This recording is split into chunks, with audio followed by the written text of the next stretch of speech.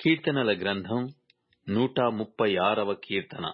యెహోవా దయాళుడు, ఆయనకు కృతజ్ఞతాస్తుతులు చెల్లించుడి. ఆయన కృప నిరంతరముండును. దేవదేవునికి కృతజ్ఞతాస్తుతులు చెల్లించుడి. ఆయన కృప నిరంతరముండును. ప్రభువుల ప్రభువునకు కృతజ్ఞతాస్తుతులు చెల్లించుడి. ఆయన కృప నిరంతరముండును. ఆయన ఒక్కడే మహాశ్చర్య కార్యములు చేయువాడు. ఆయన కృప నిరంతరముండును. తన జ్ఞానము చేత ఆయన ఆకాశమును కలగజేసెను. ఆయన కృప నిరంతరముండును. ఆయన భూమిని నీళ్ల మీద పరచినవాడు. ఆయన కృప నిరంతరముండును. ఆయన గొప్ప జ్యోతులను నిర్మించినవాడు. ఆయన కృప నిరంతరముండును. పగటి నేలుటకు ఆయన సూర్యుని చేసెను. ఆయన కృప నిరంతరముండును.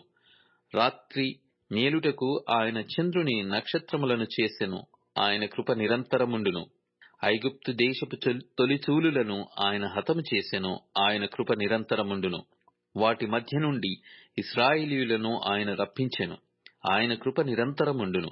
చేయి చాచి తన బాహుబలము చేత వారిని రప్పించెను. ఆయన కృప నిరంతరముండును. ఎర్ర సముద్రములను ఆయన పాయలుగా చీల్చెను. ఆయన కృప నిరంతరముండును. ఆయన ఇశ్రాయేలీయులను దాని నడుమ దాటిపోజేసెను. ఆయన కృప నిరంతరముండును. ఫరోను అతని సైన్యమును ఎర్ర సముద్రములో ఆయన ముంచివేసెను. ఆయన కృప నిరంతరముండును. అరణ్య మార్గమున ఆయన తన ప్రజలను తోడుకొని వచ్చెను.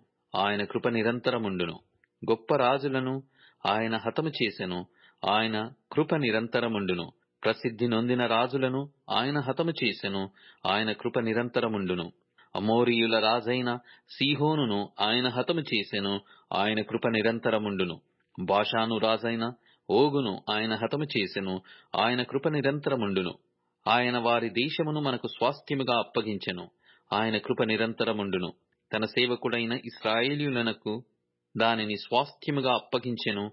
ఆయన కృప నిరంతరముండును. మనము దీన దశలోనున్నప్పుడు ఆయన మనలను జ్ఞాపకము చేసుకొనెను. ఆయన కృప నిరంతరముండును.